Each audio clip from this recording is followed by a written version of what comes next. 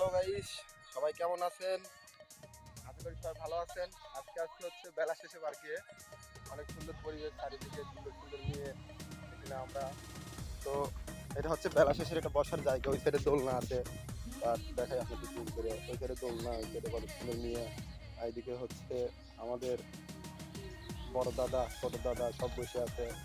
তো বেলা শেষে park. Bruh. Brother, high রে, এগুলো কি ভাই? পার্কের মধ্যে এগুলো কি আজব জিনিস দেখো। এগুলো কি? এটা নাকি ছেলেদের জন্য, এটা মেয়েদের জন্য। এগুলো কি? পোলাপাইন কত খারাপ হয়ে গেছে ভাবেন।